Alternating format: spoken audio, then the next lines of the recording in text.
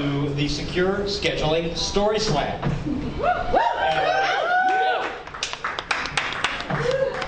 So I just want to ask us all to think about, think back a few years ago, not very long ago at all. In the year 2012, we had a presidential election going on just like we do now. We had an economy that kind of sucked for working people, just like we do now. And the idea of a $15 minimum wage had never actually crossed the lips of any human in the United States until a group of fast food workers in New York on November 29th of that year walked off the job, demanding $15 in a unit. And it just so happens that that very same month, I was part of a group of labor leaders who had a meeting with a high-level White House official, and one of my colleagues from a different city in a different state said to a pretty high-ranking White House person, you know, what do you think about a $9 minimum wage or a $10 minimum wage? And the answer was, well, we would never have the votes for that, and, you know, we're going to get said that we're going to be called job killers, we're going to be told that the recovery is too fragile, and a year later, less than a year later, the voters of SeaTac passed the first ever $15 minimum wage policy in the United States. And 1 year to the date from when a woman named Carolyn DeRocher, a 21-year-old Taco Bell worker in Ballard, walked off her job and brought her two co-workers with her on the evening of May 29th of 2014 or 2013. 1 year later, a committee of the whole of our Seattle City Council voted unanimously to adopt a $15 minimum wage policy in Seattle. So when we think about how the impossible becomes possible and the powerless become powerful, it's because people have the courage to stand up, tell their stories, and take action with each other. Because in something like a democracy, there are really a limited number of sources of power. You can control great amounts of wealth. You can control command of the armed forces. Or you can have this idea of people acting in solidarity with each other and taking collective action to make demands on those in power. And that's the tool that we have. People like all of us in this room who weren't born wealthy or famous or weren't elected to be the commander-in-chief, but who still have the ability to influence the course of their life and seize power in order to build a better life for themselves, their families, their communities, their friends, and everyone that matters in their workplace. So as we now enter the next phase, Seattle led the way on $15, sisters and brothers. Like now, California, oh yeah, 15, no problem. New York, 15, no problem. DC, Cleveland, Ohio, cities all around the country, states all around the country saying it's time for $15 minimum wage. I think we should be proud to have been the trailblazers on that. But the work is not yet done, right? Because even though Seattle was a leader on local hire, a leader on prevailing wage, a leader on ban the box, a leader on paid sick leave, and a leader on minimum wage, we have to keep leading, right? Because the truth of the matter is we had a 40-year wage freeze in this country. We busted the unions, we privatized, we globalized, we detaxed, we deregulated, we told ourselves that if we just put Wall Street in charge, everything would come trickling down to the rest of us. And if you were an honest conservative in 1975 who believed that, you've now had a 40-year laboratory experiment with what happens when you disempower workers, take away all their money, which is not just that life gets worse for the bottom 99%, but that even the top 1% experience slow economic growth, and eventually they don't have any customers anymore when no one can afford to go into to give them money and become customers for the goods and services they produce and provide. So tonight is about, once again, speaking truth to power. And there was this crazy little story slam around low wages that took place in early 2013 that we sponsored at Working Washington. And I remember walking into a social gathering with some folks from City Hall and handing out this leaflet and said, you might want to know that the fast food workers are going to go on strike in a few days. And people sort of laughed, what is this? Was this a stunt? And that became the spark heard around the world. and where the Fight for 15 went from a protest movement to a movement to actually enact policy and change people's lives. So what I hope that we are experiencing tonight is this secure scheduling story slam is going to be another spark that becomes heard around the world. And just as we were the leaders on the minimum wage, the leaders on sick leave, the leaders on so many policies that are going to help change and improve the lives of workers, and ultimately are going to be good for the 1% too. Because you know what? Workers who have security in their lives are going to have the confidence to be and the certainty to be able to maybe go to school, maybe invest in a better home, or in fixing the leaky roof, things that ultimately provide customers to businesses as well. So we're here tonight to speak our truth. We're here tonight to enjoy each other's company and companionship, comradeship and solidarity. And most of all, we're here tonight to begin to make the next big change that keeps Seattle on the leading edge of progressive change for workers everywhere in the country, and to be the shining beacon of progressivity and hope for American workers that Seattle really rightly deserves to be in this moment. So thank you so much, and I now want to turn things over to our MCs for the evening, Mallory and Hannah.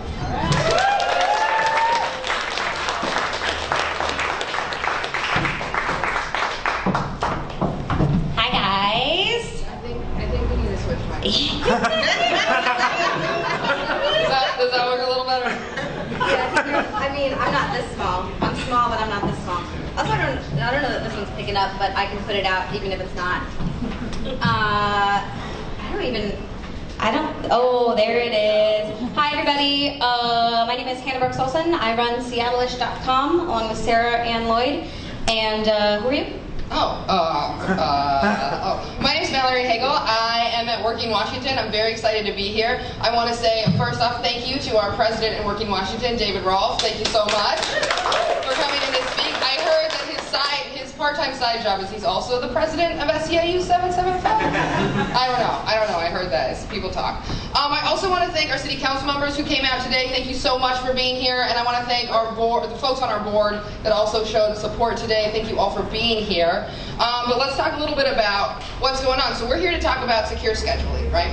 David just talked about the Fight for 15 and what a big success that is. But secure scheduling is what we're talking about now. Because if you're making $15 an hour, but you don't have any hours, then what does that mean, right? So as this campaign has taken off, as it's been moving, we're talking about three main things. The first is going to be full-time work for the people who want it. This means that if a job opens up at a location, at Starbucks, and say they're hiring for a position, those hours first need to go to the people who work there before they start hiring more part-time employees, right? The second thing we're talking about is clopenings. Anybody heard of a clopening before? Who's worked at clopening? Who's worked at clopening? Who's worked at clopening? I like to sleep. Who doesn't know what a clopening is? Oh, isn't that interesting? So a clopening is shorthand for a thing that happens in restaurant work where you have a closing shift and then you have an opening shift. And if you work in a place like a bar or a coffee shop, there are times when the hours between when you close and when you lock people out and then you count out your till and then you do your register and then you sweep the floors and then you do your stocking and you do everything else you have to do, and by the time you open the store, like 2 hours have passed. But you had back-to-back shifts. And so this initiative is also trying to get that gone, correct? Absolutely. How many hours between shifts do you have to have in our ideal secure scheduling world? 11. Which is like enough to get home, maybe sleep, maybe, but even that is seems like a far reach for some businesses, which we are here to tell them it is not. And then what else have you got? All right, and the third piece of what we're talking about is we're talking about advance notice of scheduling. This is the wild idea that people should know their work schedule 2 weeks in advance. And that's something that's come up all over the city, all over the country, and it's something that we're going to be able to win here, hopefully this summer, and change for workers in Seattle. So a big part of getting things like this done, as we learned from the Fight for 15, as we learned from Paid Safe and Sick Leave, as we've learned from everything that, as David said, we've led on in Seattle, is it is really hard to get people who, like people in this audience, raise their hand because they had never worked a clopening shift, right? A lot of times people who are in positions of power and people who actually make policies are the same people who have never worked those kinds of shifts and they don't know that that's a thing. And so a really, really important part about getting policies passed that help people broadly is getting those people that they would help to talk about how it would help them and why. Because you can't legislate and you can't help if you don't know that something's a problem. So tonight we're going to talk to some people who now are not necessarily working in those service jobs, but did, because a lot of us who have like desk-y type jobs know what this is about. And so we have a couple of special guests here today to tell us about their instances or their experiences with insecure schedules and how a policy like this could have helped them along. But first I'm going to introduce our judges, because we're judging people because, to quote Sex and the City, some people do arts and crafts, we judge. I'm going to ask you guys up to the stage and you're going to have to awkwardly walk by us, so please try not to trip on this cord. The first is City Council Member Mike O'Brien.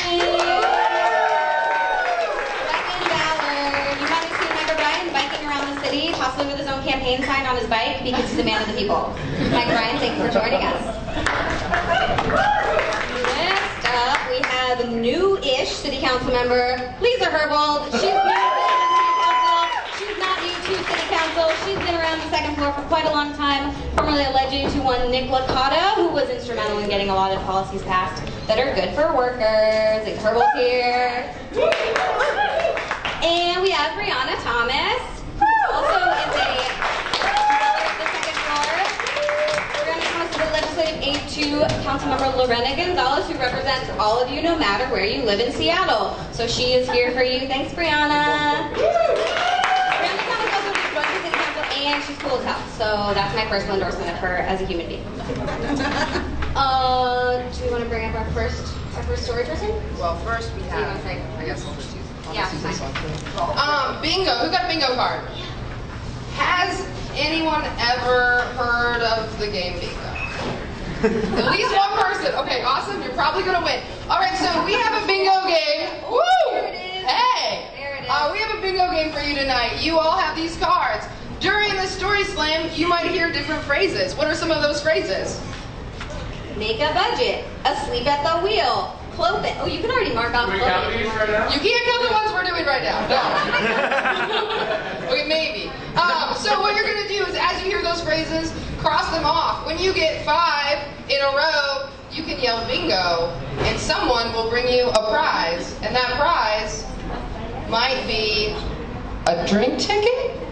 Sure. And if you're a child, someone will bring you a piece of cheese.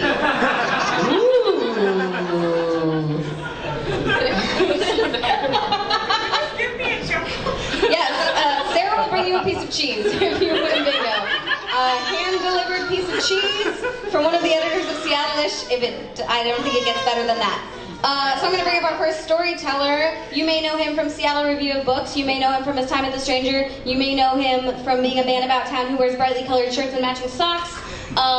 His name is Paul Constant, and we're so glad to have him. Yeah, come on up here. This is Paul. Hi. Paul's going to tell a story about before he had a fancy desk job, and he might be, I'm going to spoil something, he might be reading and not necessarily telling, because Paul is a nerd and loves books. Okay, Paul, go. It's true. I can read. I'm sorry. Yeah, I'm going to read because I can't memorize for the life of me. Whoa. Sorry. For college dropouts like me, work often demands repeated violations of your schedule. My first jobs at Kmart, at Sears, as a mall Easter bunny, demanded that I work opening shifts and required me to deal with sudden schedule rearrangements. The first job that I really loved was at a Borders Books and Music in Boston. At first, I worked in the cafe, and I had a lot of fun with the job. I earned tips, I drank all the coffee I wanted, and I got to work with some of my very best friends, and I still have good friends today who I made on that job. But I worked with a lot of students, and students eventually have to go back to school. And one fall, my cafe staff virtually disappeared. Our manager left for another Borders. My coworkers quit or moved on or drastically reduced their hours. And there were only 3 full-time staffers and a couple of part-timers to staff a cafe with a busy lunch rush, and we stayed open from 7 in the morning until 10 at night. It was an impossible schedule. Finally, one of the remaining full-time staffers quit, leaving 2 of us. And the store was slow in hiring replacements, so I was left with a week from hell. I was scheduled for 2.5 days straight through. A few part-timers would stop by to help for 4-hour lunch shifts, but it was basically just me. Because we had to be at work at 6 in the morning, and because my commute was more than an hour both ways at the best of times, I decided I was going to sleep in the conference room in the back of the store. So I brought 2 changes of clothes to work. There were no showers there. This is important later. The first day was a relatively easy 16-hour shift. The first night, when I had to sleep under the table in a conference room as the overnight stocking crew repeatedly blared the album by Garth Brooks' rock and roll alter ego Chris Gaines over the store's PA, was not so great. The second day, I was grumpy for lack of sleep, but it was all right. The second night with Chris Gaines was horrible. I dreamed about opening and closing the cafe. I felt like I didn't sleep at all. The next day, I stank. I'm sure I was violating the health code. My replacement was due to show up at 2 p.m. and I just couldn't wait to see her. So imagine the wilted look on my face when my manager told me that she called out sick. My manager took one look at my expression and he told me we were taking the unprecedented step of shutting the cafe down at 2 and that I could go home as planned. In the dizzy moments of microsleep that hit me as I shambled through my day, I was dreaming of my own bed. But then my manager returned with a funny look on his face, and he said the words that no deliriously tired cafe worker wants to hear. He said, "The president of Ireland is visiting town, and she and the mayor of Boston are going to have a meeting in this cafe around 5. Can you stay open?" I did. I did stay open. I didn't get to meet the mayor, a man who conservative press nicknamed Mumbles because nobody could ever understand anything he ever said, but the president of Ireland was lovely.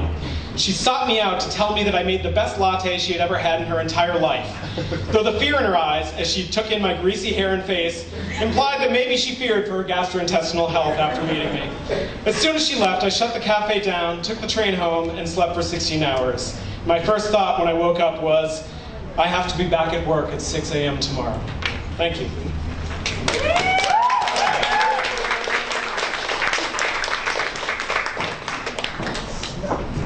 Who here has ever slept at your job? Like not just like napping at your desk, not napping at your desk, but like at your service job. I for sure have. There used to be a Tully's at 4th Avenue, 4th and Union. Yeah, guess who used to sleep there? This guy. Thank you, Paul. Judges, in one emoji. Oh, there we go. How would you describe this performance by Paul Comstock? We have judging, but we're or the story or anything. Just give me a feeling. Yeah. Secure scheduling is shocking and adorable. We're not actually picking a best of the stories. They're mostly just here to tell us how they feel. They're just like the human laugh track. Mallory, is it true that you have a experience with secure scheduling? I do. Some of you have met me before, some of you have not. I'm new, I'm back to Seattle, but I'm also old because I used to work here for a long time. And over a year ago, I left my exciting, rad, union movement job to run away to tiny, magical, fantasy Paradise Island, which I know is something that I'm not the only person who's ever thought about doing that. Am I right? Right. I'm right. So I did it, and while I was up there, I did a lot of different things, and one of those things I did is I bartended. I worked at essentially the Cheers in a town of 3,000 people. And there's a lot about that job that was a lot of fun. I got to meet everybody, I got to know about every single piece of gossip that happened. I was like the person who knew everything. But the downside was that I didn't know my work schedule for the week until usually Sunday night around 11 o'clock or midnight. And I would sometimes find out that my weekend was in fact Monday and Tuesday. This was not the best way to live. I did not enjoy that. It meant that the other volunteer work that I like to do, I became an EMT and was at the fire department. That was cool, but I didn't know when I could actually do that work. It meant that the job that I did that paid that was my work trade for my rent, selling tomatoes at the farmer's market, I didn't know if I could do that every week. It also meant that I couldn't just enjoy fantasy magical Paradise Island, right? And if you're gonna quit your job and run away, you might as well get to enjoy some of it. So it was a rough summer, and that's coming from someone, I didn't have kids, right? I didn't have a ton of extra responsibility, but it definitely impacted me, and it was a real challenge. So that's one of the reasons I came back, is Sejal took me out for a drink and told me about this campaign, and I was like, oh no. That's how she gets you. That's true. It is. She's, watch out for her. Yeah, that's actually true. If Sejal ever asks you to get a drink, get ready to do shots and also get roped into doing something. I'm gonna to go ahead and introduce our next performer. You know him formerly of being the editor of Last Days and The Stranger for longer than I've been alive. You also may know him for his new book, which is a user's guide to marijuana. It's like the book that you would give your mom if you wanted to smoke her out for the first time and you didn't want it to be weird. No judgment. Maybe you give it to your kid if you want to smoke them out for the first time and finally admit that you've been doing it this whole time. Whatever your reasons, his book is perfect for it. His name is David Schmader, and we're so glad to have him here. Get on this stage, David Schmader. Hi. Okay. Hi. I'm going to pretend the judges aren't here just for my own peace of mind. I'm going to tell a story. This is from right after. Okay. So after high school, I went to theater conservatory, like North Carolina School of the Arts. Is like this was 4 years of like wearing a leotard and moving through space, and you didn't have to take any classes if you didn't want to, and this seemed like a good idea. And during this time, my parents were kind enough. I was blessed. I always have to say this out loud, and hopefully my dad, who's passed on, can hear it. But my parents figured into having a child that you had to provide for 4 years of college. It was the greatest thing they ever did. We kind of like.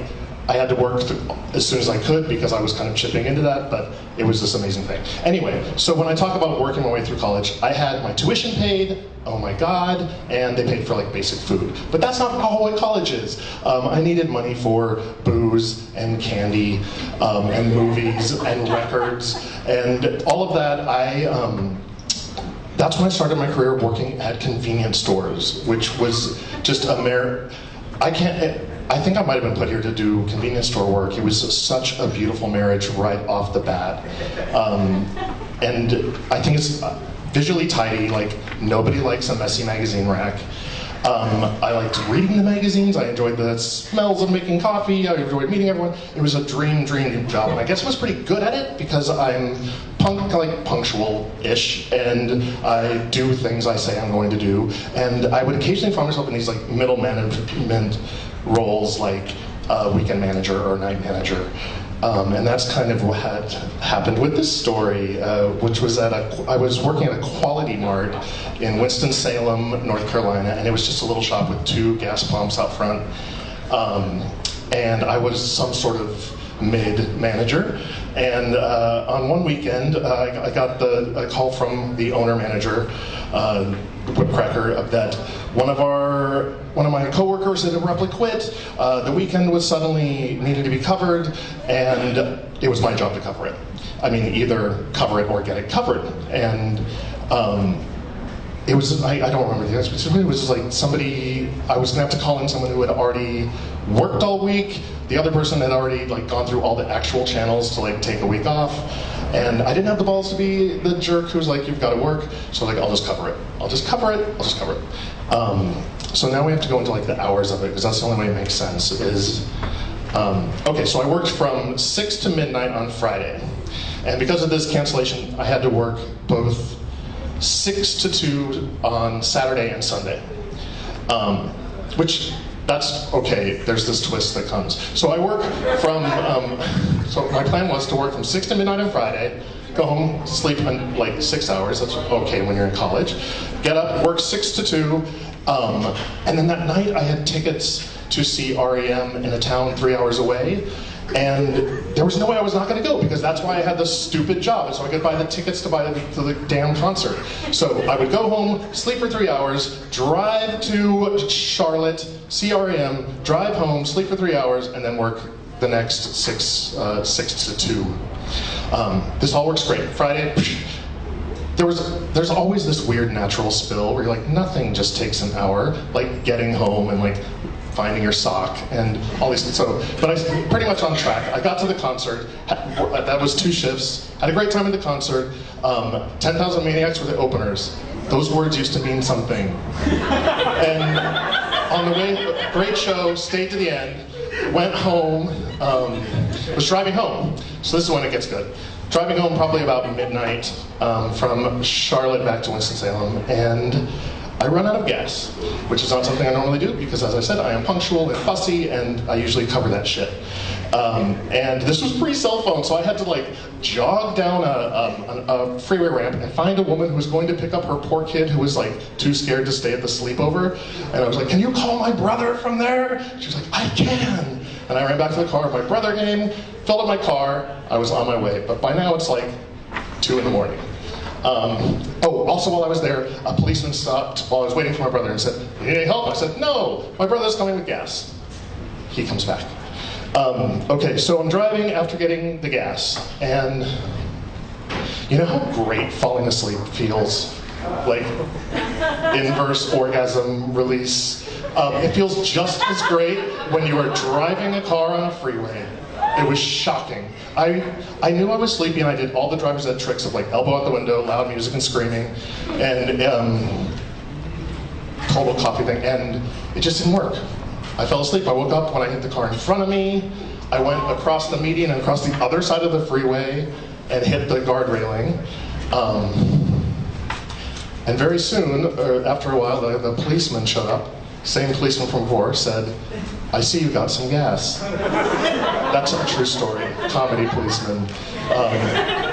So, like a blessed event where I was not crushed by anything coming the opposite direction. I get back. And I imagine I might have been able to argue my way out of the Sunday morning shift by like, I had a car crash. But yeah, no, I just went and worked because I needed to pay for effing car repairs. So that is my, I think I hit a few themes. Yeah, all right. Okay, that's my story.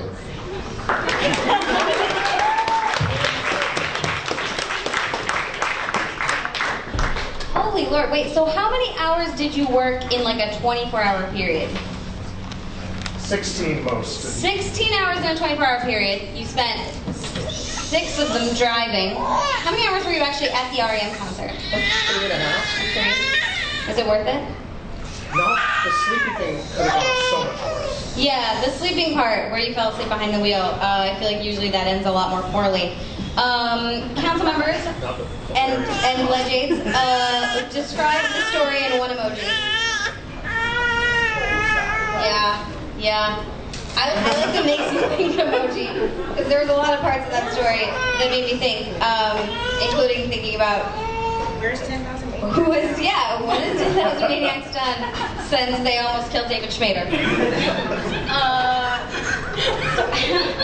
I went to college, and barely, and during that time I worked a lot of jobs because nothing was paid for. And in an attempt to keep my student debt down, I was like, I'm not going to take any money for living expenses. I'm going to literally pay for everything myself, which is funny story. I still am up to my eyeballs in debt, so that whole part of the plan didn't really pan out super good. But I was telling Devin Glazer over here, who just graduated this weekend, hey-o, I was asking him about the details of his graduation because my secure scheduling story is, not to brag, but I was the first person in my family to graduate from college, and I did not get to go to that graduation because I had to work my shitty job as a diner waitress. So, but one of my regulars was kind enough to bring me a balloon that day. So that was the extent of my graduation party from college. Because of my yes, it was actually very lovely. Because of my scheduling job. And then also throughout college, I was on call. Has anyone ever here worked on call at a restaurant? That's a special kind of hell.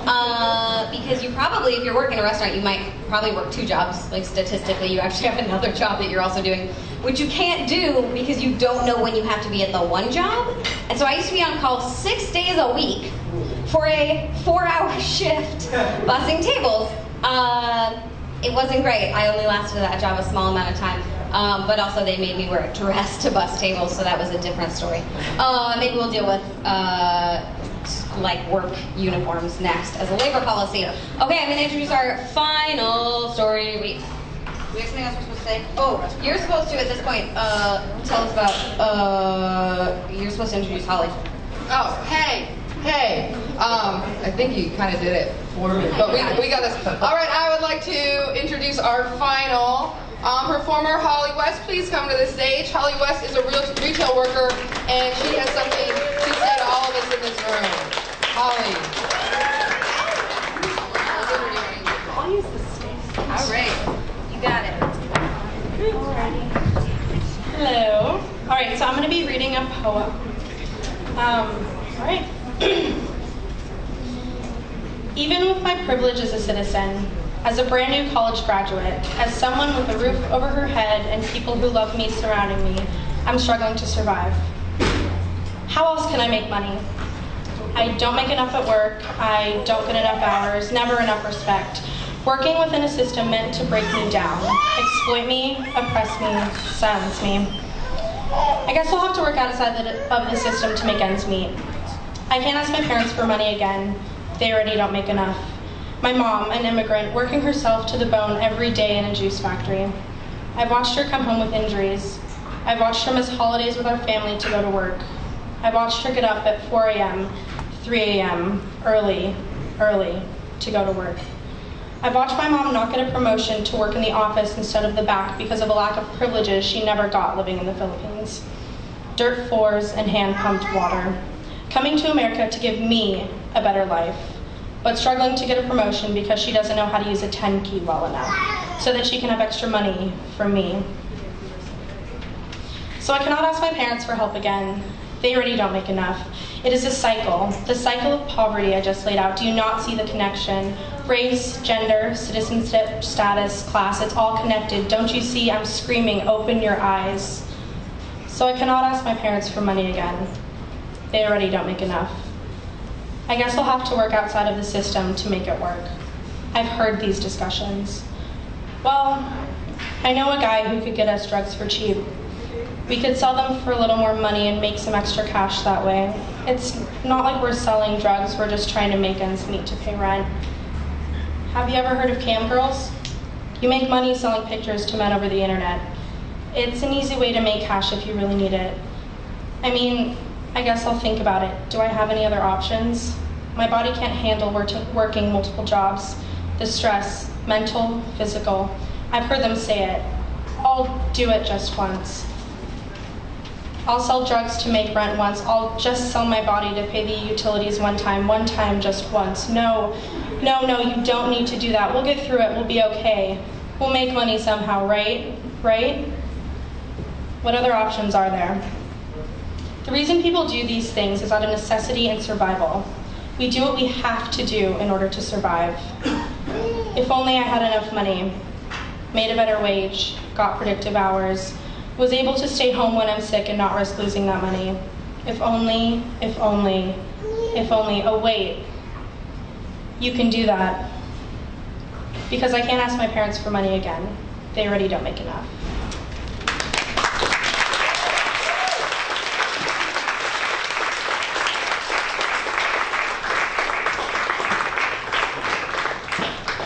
Thank you, Holly.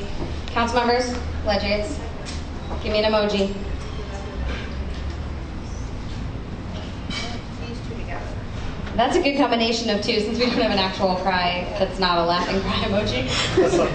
Oh, it's just laughing. It's okay though, it's also crying. It's like crying because it's so ridiculous that anyone has to live this life. It's okay. It is kind of, but I mean, here's the thing, when we talk about these schedules, one of the things we're talking about is like how absolutely absurd it is that anyone is expected to live under these kinds of scheduling conditions, because our employers would never think to live under those kinds of conditions. Like most bosses would not, like they would be like, that's ridiculous, I could never run a business that way. And similarly, you cannot live a life that way. Has anyone been playing along on bingo? Because I learned actually we have some real prizes. Bingo! Yes, there we go. I'll allow it. There are real prizes. I think Sejal maybe has them that aren't a piece of cheese delivered by Sarah. Because I heard a couple of these things. Asleep at the wheel. We definitely heard. Keeps texting me. So I did actually used to have a boss who used to text me an awful lot, but it was because of a different. Like, it was covered under a different law, which is sexual harassment. That's a different kind of a thing. I definitely heard get some sleep from Paul in the back room while stinky.